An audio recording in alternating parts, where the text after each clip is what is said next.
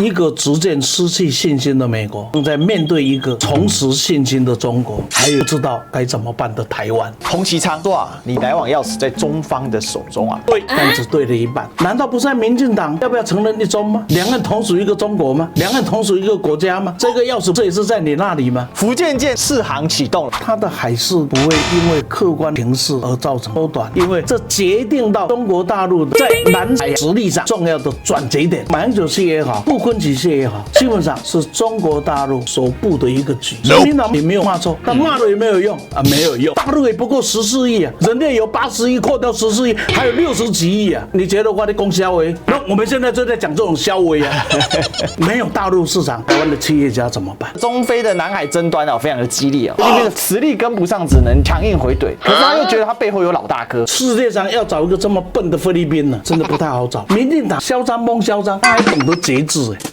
Ladies and gentlemen, welcome the host. 欢迎收看今天的货来座谈，我是主持人历史哥李修。我们今天继续聊我们的专家讲堂啊。最近呢，有个震惊中外的大消息啊，是什么呢？是福建舰正式来海试了。福建舰海试呢，大陆这边的专家就提出啊，这个海试的时程确实是需要花上将近2年。可是呢，如果两岸关系有变的话，不排除提前完成了。这一点就让我想到了最近两岸关系这个错综诡谲的部分啊。上次我们谈两岸关系的时候，还是在讲这个马偕2会。这个之后的整个发展啊，那马偕2会之后呢，又有国民党团的总召傅昆萁啊，带领了这个将近20名的国民党的立法委员啊，到大陆去访问啊，有所谓建的这个王沪宁啊，也就是傅王会啊。之后两岸开始啊出现一些不一样的新的变化。一方面是台湾呢，赖清德即将要上台啊，将近520，他到底会讲什么？另外一方面呢，是经过国民党几个重要人物的这个来访之后呢，大陆这边也开始释出一些新的善意啊。那在这样的一个新的格局之下，到底未来两岸会怎么走？但是看两岸啊，还有一个东西很重要，就是中美之间的博弈啊。最近呢，美国啊对于中国大陆对于中国这边呢施加的压力强度是确实有在上升的。比如说，我们可以看到第一岛链的建制啊逐步在增强。菲律宾这边呢多了一个提风系统啊，那有人就说跟南韩的萨德系统啊做互相辉映哦，那我们可以看到呢这个博弈的地方。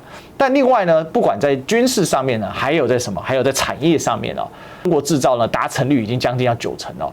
那这后面呢所反映出来是产业的激烈竞争哦，你可以看到 TikTok 跟 Tesla 在两方面互相受到对待是如此的高低温差，所以呢，今天这很复杂又很诡谲的两岸中美啊的未来要怎么走呢？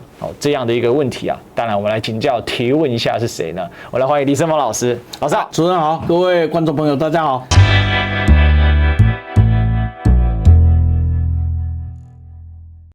福建舰的试航启动了啊，这里面呢包括中国的知名学者金灿荣教授他就说原本的航试一般可能会超过19个月，也就是呢要将近2年的时间。但如果战略需求的话，因为台海局势加剧，就要来缩短哦。当然我们都知道福建舰的各项指标啦，比如说呢全通式甲板啊、电磁弹射啊、8万吨以上所谓的大型航母的规格啊，还有包括甚至舰载机啊，这些之前我们的专家讲坛其实我们都有做比较深度的分析啊。如果大家有兴趣的话，可以去追踪我们之前跟郑俊文总编的那几集啊。那重点还是在于说福建舰的下水，当然还有这个既定期程，但是它是不是对于两岸或中美关系有一个冲击性的影响呢？老师，你怎么看福建舰的这个下水航试？它有很多种意义了，但是有一点可能大家需要有不同的看法，就是说它的海试跟它的测试缩不缩短，不会因为客观的情势而造成了改变。除非这个客观情势已经逼到墙角不得不变，因为这种情势的改变是一时的，可是这一艘军舰能成军形成为战力啊，是10几甚至20年的事情。那原因呢，是在于它的主客观的条件。第一个主观的条件上讲起来，这是一个全新自己制造出来的一个新的战舰。那这个呢是完全在技术经验条件零件被封锁的情况下，自己要一个螺丝一个螺丝的去设计，一张图纸一张图纸的去设计所建造出来的一个新的战斗武器。那呢它呢跟辽宁舰是半成品嘛，依照原来的图纸去进行就是了。然后呢山东舰是依照辽宁舰的经验去做修正，可是这一艘福建舰基本上虽然是航空母舰，那是差很多的。我们可以这样子来讲吧。那你想想看，这一个福建舰，它之所以要成为新，它心里很清楚，除了在动力没有采用核能以外，其他它通通都是以世界第一名，以要求最先进的为标准。是。那这个先进标准之后，它必须持续的领先10几20年了，它怎么会轻易的去改变它的试验跟海试的时间呢？更重要的是，这一艘航空母舰所付出去的代价，会为未来的第2艘、第3艘、第4艘都会有更快的时间产生啊。所以我们来看看航空母舰呢，它不像一般的客货轮，不只是生产力有多行，是所有加诸在上面的所有的设备，尤其是战斗设备啊，是不是适合？第二个，它需要花很长的时间，那就是这样一个全新的航空母舰要组成的战斗群，是不是可以把辽宁舰跟山东舰的这样战斗群的概念给它转移进来？显然是不行的，因为比如说有没有预警机，有没有差别？差很大。还有整个的战斗机的载重量啊，有没有差别？有，也差很大。在这样的2个情况下，那我的整个舰队的比较互比等等，我是不是都要重新的去规划和设计？再来，还有一个很重要的因素啊，当这一种平行甲板，这种用电池推送的航空母舰试验一切都是顺利成功的时候，那现在拥有的这2艘，对，这个滑跃式的，是要变成个什么样的舰队？总不能在一个国家的航空军队里面有2套系统，因为训练是不一样的，对，战斗力也是不一样的，所以这个转换等等都是建立在福建舰必须100%的可以交舰的情况下。这个就是我讲的，它不会因为外界一个风吹草动会来做这样的一个轻率的决定，因为这决定到中国大陆的在蓝色的海洋的实力上一个重要的转折点。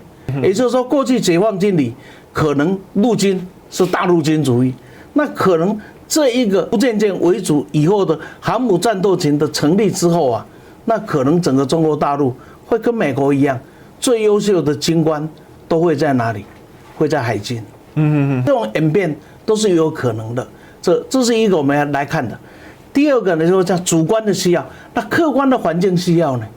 目前整个的第一岛链的态势，对，跟美国想办法抑制中国大陆的崛起，平常心讲，增加了福建舰会增加美国无比的压力，即使没有福建舰了，美国也没有办法轻易的在第一岛链有多少的甜头可以吃了。所以从这样的情况下，它的压力不如我们想象中的大。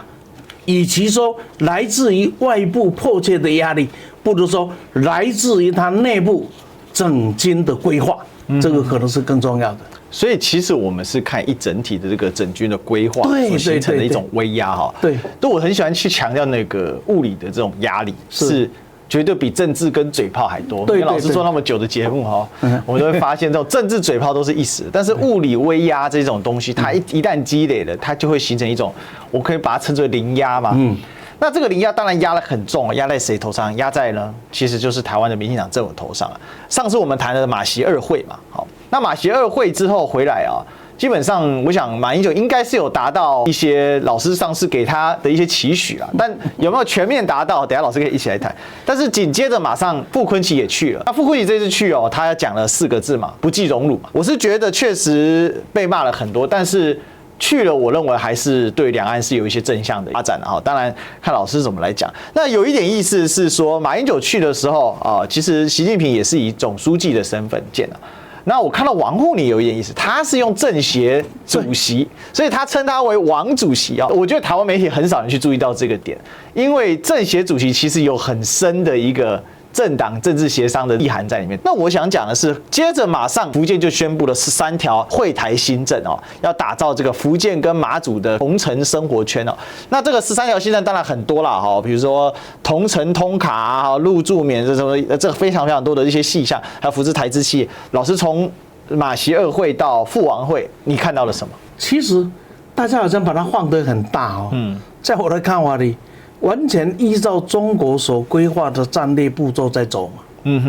你觉得这是台湾调出来的，或是大陆给安排出来的？我很简单是基本上基于大陆的战略定力跟战略规划，依照它的节奏在往前推嘛。进退都是它在往前推嘛。对。但是不要忘记哦，这不是说解决台海问题的球在大陆的身上，这个是两回事哦。对，所谓的战略上就是说我要统一台湾，这个是不变的方式。是，那台湾会有台湾客观情势的演变，对，这个演变我必须面对和尊重，但是不妨碍我面对这个目标我要往前走的方式，包含在国际上我怎么把一中更为绑定。下一步就是如何把和平统一更为在国际共识，这个已经在形成中哦。第二个呢，就是台湾这一边呢，我不管你客观情势怎么演变，我照我的方式来做，我的方式就是我和平是我的主要战略，武力是我备而不用的一个准备，那同时呢，交流才会让和平成真，因为天下间没有一个事情说不交流，然后大家想通了，我们就坐下来，这没有这一回事嘛。所以他要落实和平，他就必须会在交流这个领域上，不论台湾党不党，不论台湾同不同意，他会用尽各种不同的方式，突破这一个民进党所设计的高墙也好，雷破也好，他就不断会去这样做，因为没有交流谈和平。这是奇怪的，那有了交流谈和平，而交流之后和平再不可得，那我们再看还有什么方法可以达到？一切的路都走完了，那途穷就会闭手见。那这个时候就提供时间给台湾做思考，这也就是我常常讲一件事：两岸此时此刻不是急着要统一。两岸此时此刻是如何把两岸的和平制度化，而不是这一种随客观环境把交流大一点，把什么的。所以和平协议的签订的意义就在这里。可是今天我讲这个话，它好像是绘画，为什么？因为没有环境嘛。那这个环境就是要靠交流来让大家，那是怎么样子让交流可以更稳固起来？怎么样子让这个压力可以更减少起来？那这个时候定一个和平协议，让和平有制度化，那这个可能是更好。所以这个是对台湾来讲起来，也是中国大陆在推动两岸和平统一讲，它一个蛮重要的一个战略。换言之，中国大陆在于要达成和平统一这样子这个战略指导下所该做的事。他一件一件的，他会来做，做不到100分，那我60分来突破；做不到60分，那我50分来突破。但是他绝对不会坐在那里，有没有等着天上掉下来？因为天上掉下来不是礼物，常常是鸟屎。所以从这样的一个角度来看，马英九系也好，傅昆萁系也好，基本上是中国大陆所布的一个局。所以民党骂的有没有骂错？也没有骂错。但骂了有没有用没有用，就是这样而已都是阿公安排的，对不对？对。然后呢？然后没有然后你骂完了照样去这个就是我讲中国大陆掌握的战略的进程。台湾除了掌握导弹的元素，没有掌握任何往前推进的东西。包括我问你嘛，除了他自己设计在岛内自我满足的这一套阿 Q 的政策以外，有没有两岸他推动的什么？没有。不过为什么是用政协主席？这个要大陆提示这前一阵子有一个传话说韩国瑜会去访问大陆，对，然后呢这个是由人大这委员长接见。我可以跟你讲，绝对不会，就这么子，那不是两国论的吗？就等于变成国会对国会啊，对，不会哈，不会。那台湾立法委员下来，他们也成立了一个叫什么两岸立代表什么交流协会，对象就是政协。政协是全世界的政治体制里面中共最特殊的一个单位。先有政协，才有宪法，才有人大。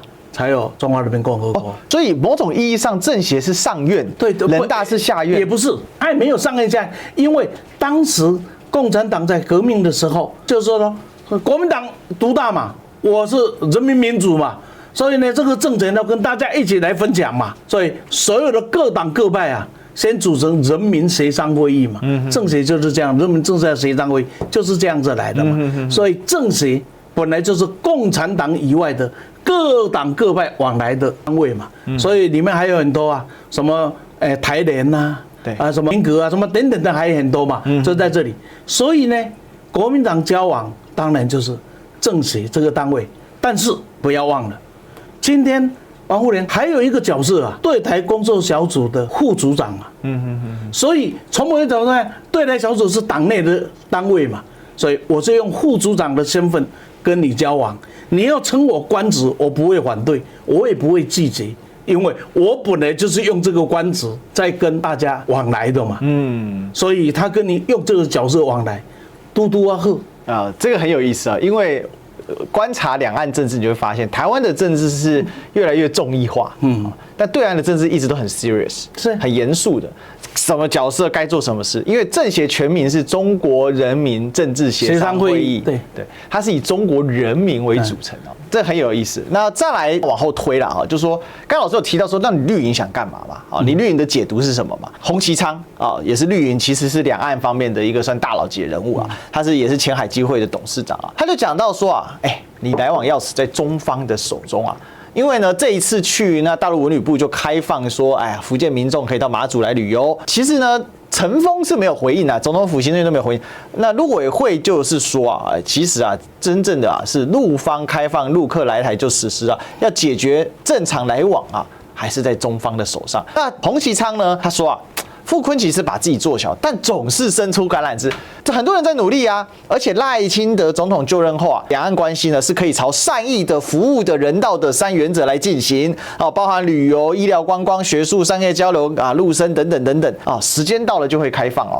所以大家就不由得在想这个问题啊，民共之间是不是会有一些新的一些关系呢？那这一点呢，我们就引用一下赖清德最近的讲话啊，赖清德说啊，自信的面对台湾民选政府，来良性对话啊，那。到底是自信面对重要，还是良性对话重要？赖清德讲话的时候很有意思，他在讲话的时候是在他的第6波人事公布的时候，而这第6波主要就是两岸国防外交这一些的哦。那里面呢，他是先讲说，他当年参加陈澄波先生120周年名单去大陆的时候，他就公开就讲过，两岸要展开自信交流，好，要了解、理解、谅解、和解，好，怎么跟柯文哲的5个互相有点像哦？那不管怎样，就是和平发展，然后创造福祉，这个立场没有变，但是中国你要自信啊。但是我觉得我观察到一个很好玩的点啊，那时候我有直播，大家可以去回顾一下。赖清德要讲出中国之前顿了一下，一直在看读稿机。我想老师也认识赖清德很久了，他讲话其实是辩才无碍了。那一天不知道为什么一开始讲两岸，讲到中国突然顿卡了一下，他是不是在犹豫什么呢？老师你怎么看哦？现在从这个洪其昌到赖清德的一系列的讲话，人家说从国共到民共有差异，这样子啦。国共基本上这一条桥是建立的，是通的，这个管道往来是通畅的。纵使之间呢有什么意见冲突啊，那就人民内部的矛盾是。那可是呢，民进党跟共产党之间呢，你觉得是人民内部的矛盾吗？当然是敌我矛盾嘛。那我们来看一个很重要的道理：当我坚持民主跟独裁，就是泾渭分明，是不是这样子？当我觉得相互体谅，那就对双方的制度啊，就会有从你的角度、从我的角度看问题嘛。所以，当我要讲相互体谅的时候，就不要民主独裁嘛。形容词是一回事啊，到了名词来是一回事，到了行动来是一回事，到了内心的世界又是一回事啊。洪章他就想玩2套嘛，一套在民进党不要被丢掉嘛，他现在是已经被退流，但是是真对假对，我是不知道了。第二个，他在中共这边，他也要维持他的什么？他的关系。你看我是不错的，所以来往钥匙在中方的手中，对不对？对，但只对了一半。什么意思？难道不是在民进党要不要承认一中吗？两岸同属一个中国吗？两岸同属一个国家吗？这个钥匙不是也是在你那里吗？他们这个话，天长都将来没有开放，都是谁的错？中国的错啊，中国的错。我跟你讲，这些家伙讲话有没有？弯弯翘翘啊，不要被他那个笑眯眯的样子所骗了、所拐了。所以包括赖清德最近讲了什么台湾安全的4大支柱，我这个呢4大讲什么我根本都不在意，现在要一柱擎天，那一柱两岸是2栖或是2国，所以从国共到民共没有这么容易，这个也是一个很诡异的事。是讲仇恨呢，那国共是有仇恨的，那算起这个账来啊，你枪毙我多少，我杀掉你多少，但是有仇恨的，数以万计，对不对？可是民共有仇恨吗？历史上没什么连线，那不有吗？而且还在那还更妙的，民党到现在为止什么人权馆呐，什么纪念白色恐怖，纪念很多是八宝山的烈士对，因为没有那些烈士，民进党没有办法去谈白色恐怖因为白色恐怖里面，民进党牺牲了没几个，所谓的党外的没几个那牺牲的都是共产党都是当时要迎接共产党解放台湾的地下烈士所以他每次人讲郑南榕的原因是在这里。那所以你的仇恨在哪里？你的仇恨是用当时协助共产党要解放台湾的这一群人所受的伤害作为你仇恨的根基之一那你不觉得很奇怪？而真正有血海深仇的两党，今天是合作的嘛？是，所以从这个角度来看，民共要解决，真的一夜之间、一念之间，他没有太多的历史包袱要清理。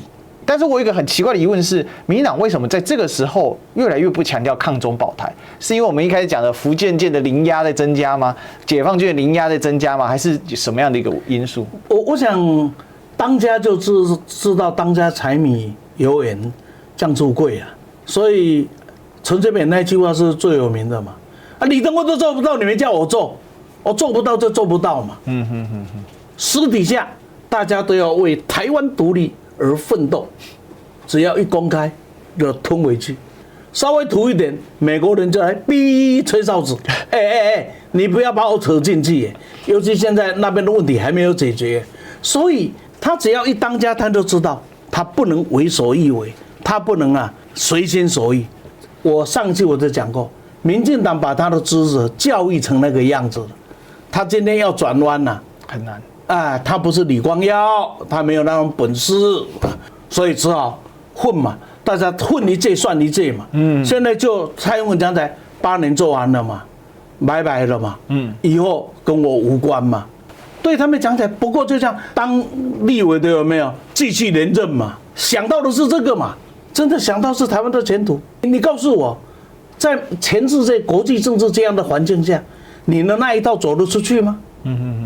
是走不出去的嘛。那当然啦，对于国际媒体啦，这个是德国 DW 德国公共媒体所讲的啦。他说中国会台出新招是利多还是陷阱有前提的开放是有意在分化。其实有时候我觉得外国媒体在观察一些角度还是有它的一个刁钻程度。他就讲得很清楚说你这一波利多什么旅游、经济、观光、农渔产品都设下了一个前提那他还去访问了台湾的学者嘛，比如说赖中强，这个应该是偏亲绿的学者他就提到说中国这波对台实质上是经济胁迫，哪一个县市听中国话就多给一点，哪一个县市不听中国话就少给一点。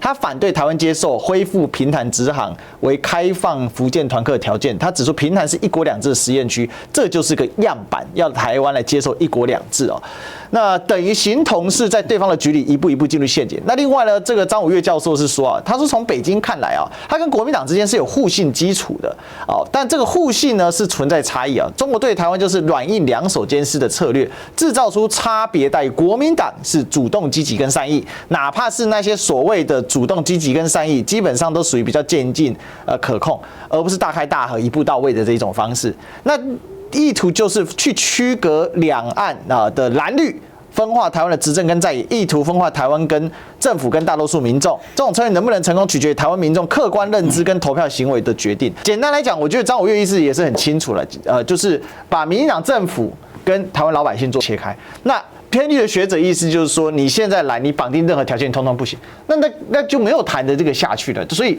这个核心里面，利多还是陷阱。我换一个角度想嘛，你管它利多，管它陷阱，活下去才是重点吧。那么我们今天再用一个角度来看，我是讲那个农产品就好，凤梨干嘛要卖大陆？不要卖嘛，因为我们又没有买大陆的农产品，卖澳洲嘛，卖日本嘛，不是很好吗？那么你不去卖日本，你们一天到晚卖大陆干嘛？你又不买人家，不卖给他刚刚好而已嘛。中国大陆说，这个有问题，就哇叫。还有贸易，不要跟中国大陆往来嘛。我们就南进就可以了。东南亚市场有多大，前世有多大？大陆也不过14亿啊，人类有80亿，扣掉14亿，还有60几亿啊，干嘛跟14亿做？他个派？你觉得我的供销为？现实上目前是做不到。那我们现在就在讲这种消微啊。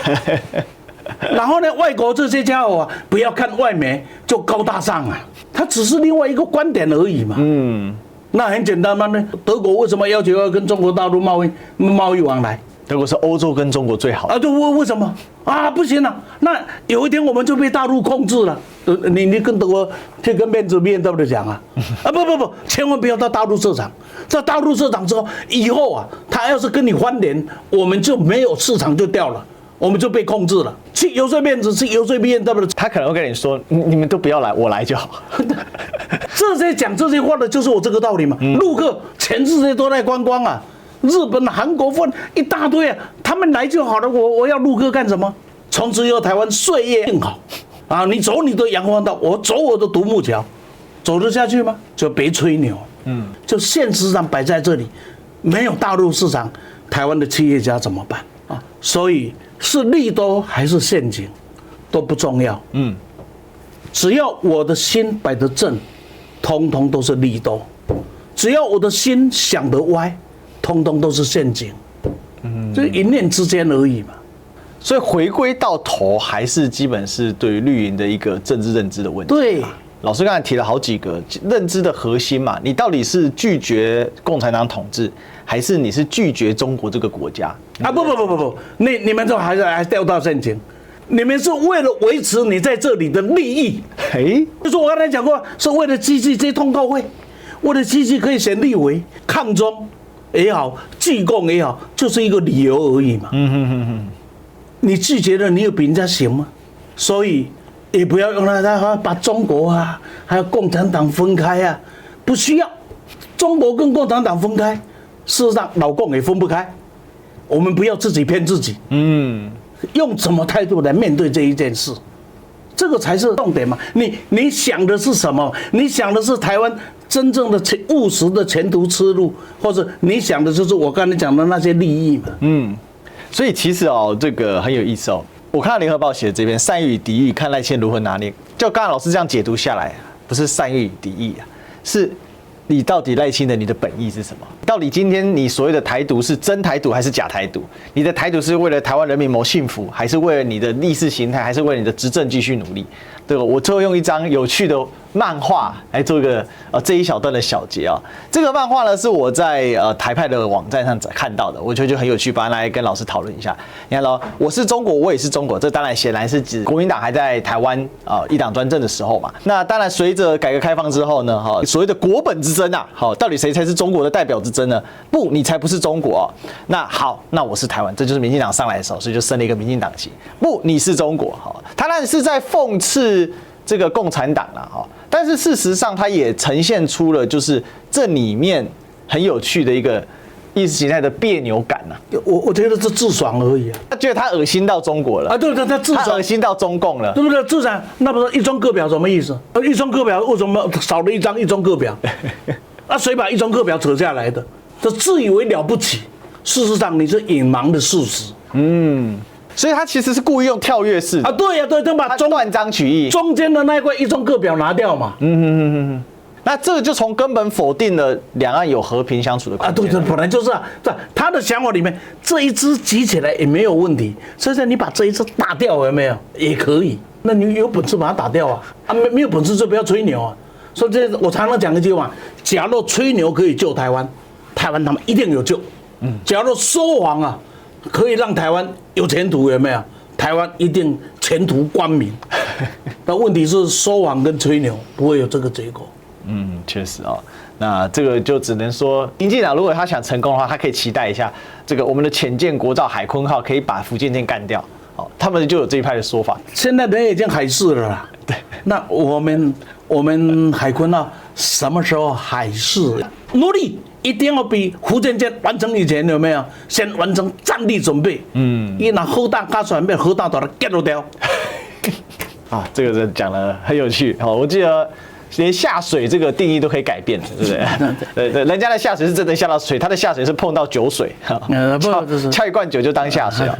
好，那我刚才谈完这个两岸的问题其实我们拉回来谈一下最近其实美国在整个台湾周边的国家的布局也是非常的积极，这其实也是牵动两岸的一个根本比如说最近菲律宾跟中国闹得就很不愉快，10船拦2船最近呢这个中菲的南海争端非常的激烈比如说呢，中国认为菲律宾强闯黄岩岛临近海域包括了一艘海警船、一个公务船实行了驱离那菲律宾的海巡署就反控说，我们是在进行合法海上巡逻，反正呢，当这种碰撞怎么办呢？那就是硬碰硬啊，所以中方船只采取撞击、高压水炮等方式那菲律宾说我们是不会退缩的我一开始以为这个是中方这个是菲方两边在对打然后可能就这个说，后来看不对这图怪怪的定睛一看发现原来这是菲方，这个是中方在打他。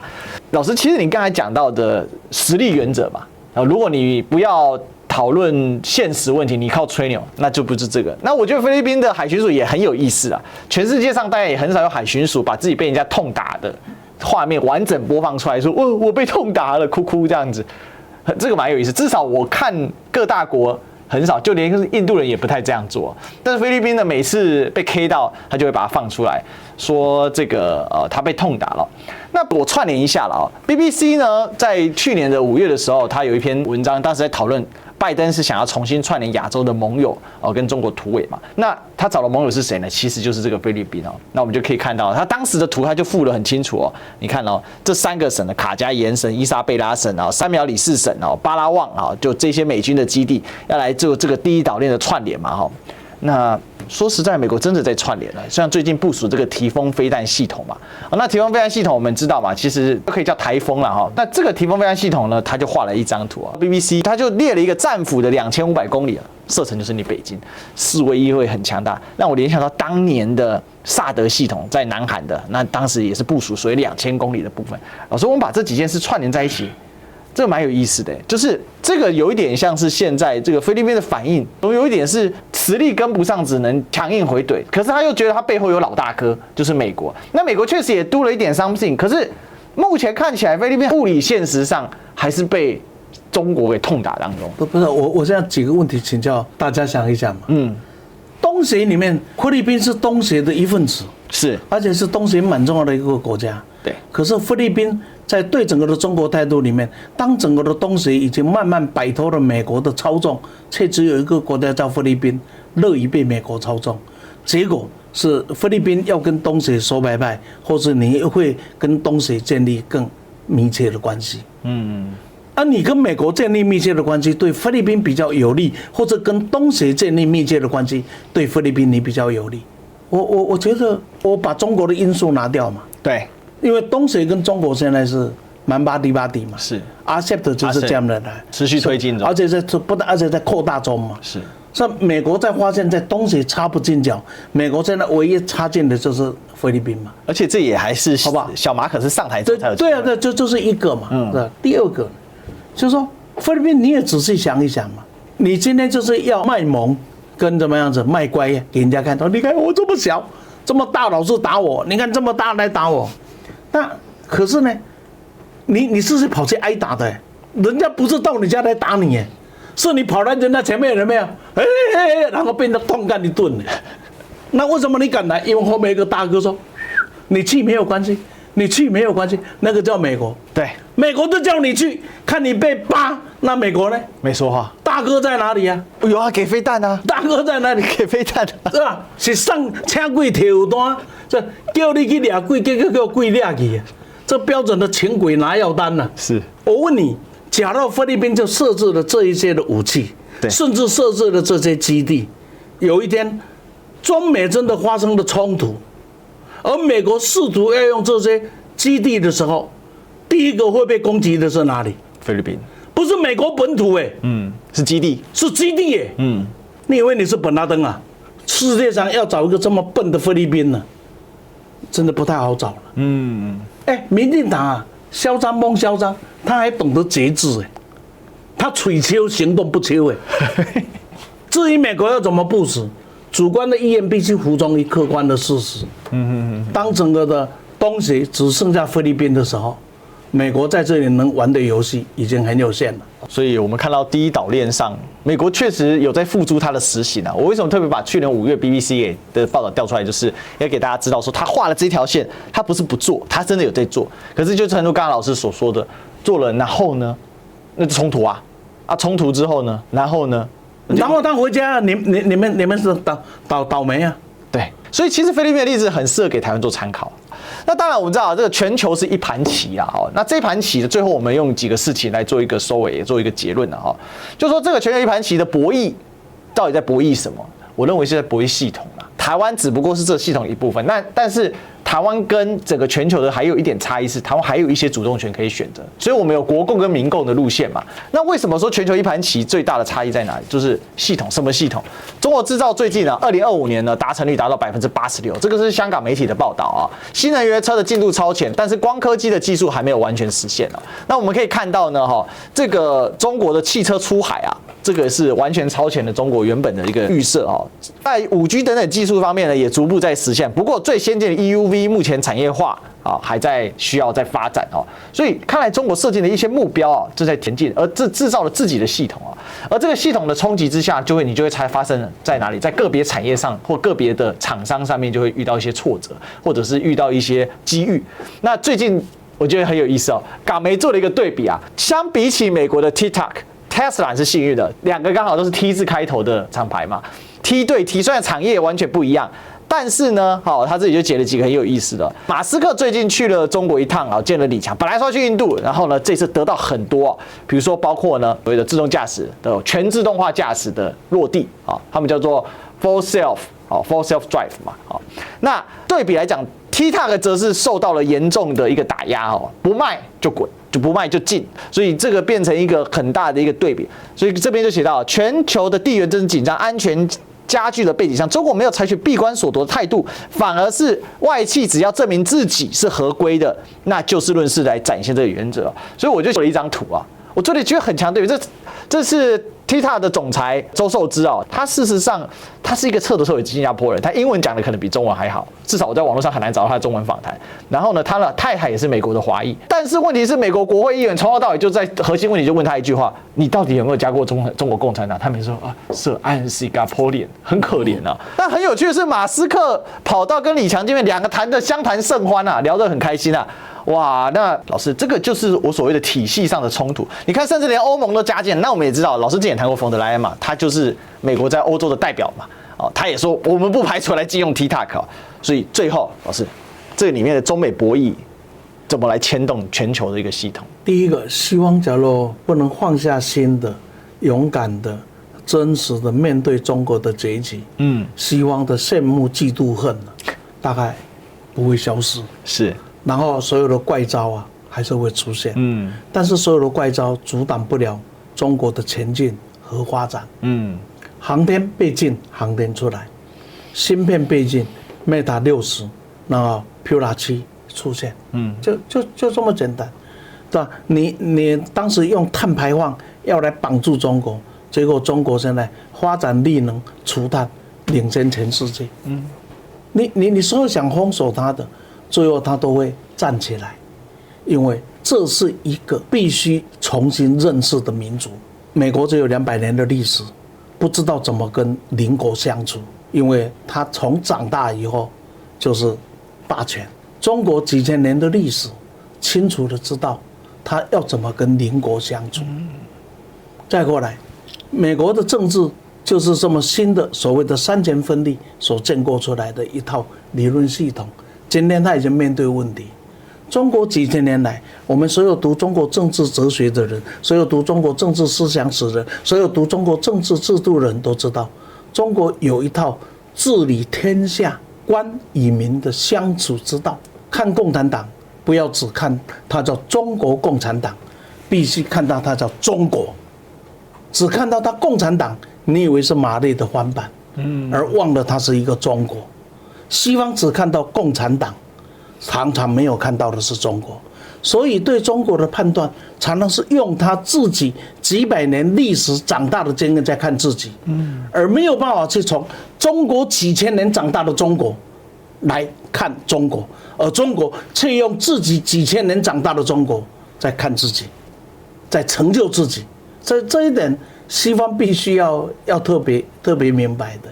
中国几千年来就自己是一个独立自主的一个民族、一个文明、一个国家，所以你封锁它一点意义都没有，因为它几千年就是如此。更何况它今天也建立起了它这样的一个条件，它不是关起门来，你也关不起它这个门了。它在关什么？第二个，他们两个人的会面，你们发现一个最大的不一样的地方，现在只要中美高层的会议，中国一定提醒一件事情，我们是建立在两国领袖会谈的基础上有以下的发展，然后提醒美国必须要记住自己的承诺。别忘了，美国从来不敢对中国讲，你要记住你对我们的承诺。有吗？好像没有。代表什么？代表双方的承诺，中国人是信守的，美国是不信守的。你想想看，一个信守跟不信守，两个人的交往，商战也好，人类之间的交往也好，对，谁会输？我不认为不信守的会赢，后赢得一时，绝对不会赢得最后的结果。我突然有一句话想到，人无信不立。这个是一个老祖宗的智慧。是，我追问一下老师，就是说，因为其实我们今天谈美中，还是回到我们最关心的两岸问题。这样的一个中国共产党的形态，其实它不断展现它更多的中国属性。可是对于民进党来讲，他能够感受到吗？我们说从国共走到民共，有办法走得过去吗？因为不管国共建立再多的信任，再多的我说可以商量的事情或善意，民共不通，那就通不了。那现在中美之间激烈的博弈，其实已经进入第二轮了嘛，也可以看得出来，其实美国的焦虑感似乎没有办法像他所预计的这样把中国整个压下去嘛。那你就从这样的角度你怎么看？这就一句话，所有美国对台湾的承诺是你的安慰剂，或者是你的补药，或者是你的毒药。别忘了，安慰剂吃多了会变成迷幻药。这个最近美国刚刚把大麻准备要来降等，这个是政治大麻吗？这是很有趣啊。好吧，我想今天我们花了很长的时间把这个议题整个串起来，因为最近其实事情蛮多的。